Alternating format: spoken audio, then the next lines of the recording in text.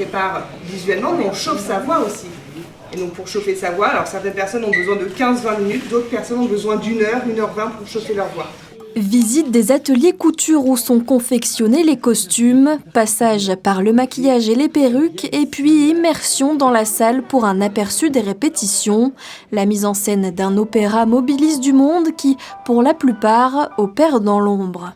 Quand on voit la scène, on se dit qu'elle est déjà énorme, avec plein de monde, mais on ne voit pas encore ce qui se passe derrière la scène, alors on n'imagine pas vraiment. Moi, je croyais qu'ils étaient 5, 6.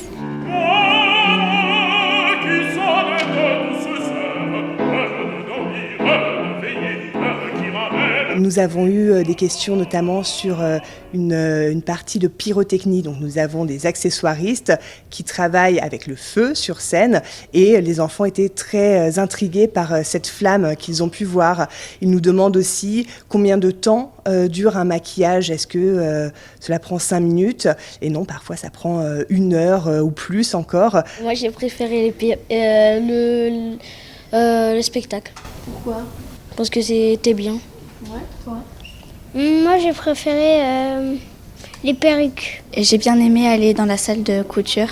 Ma grand-mère, elle s'appelle Monique et elle m'a tout appris parce qu'elle est couturière. Et il y a 2-3 personnes couturières qui viennent, costumières, et qui l'aident à se déshabiller rapidement. J'étais impressionnée par le style de la grande salle et des artistes. Créé ici même en 1925, L'Enfant et les sortilèges raconte l'histoire d'un enfant qui, puni pour sa paresse, passe sa colère sur les objets qui l'entourent jusqu'à ce que ces derniers prennent vie pour se venger. Une œuvre qui donne lieu à toutes sortes d'interprétations selon le spectateur. Il faut pas tout casser quand on est énervé. Faut pas être méchant, faut pas faire de trucs pas bien. Quand t'es énervé, faut se contrôler.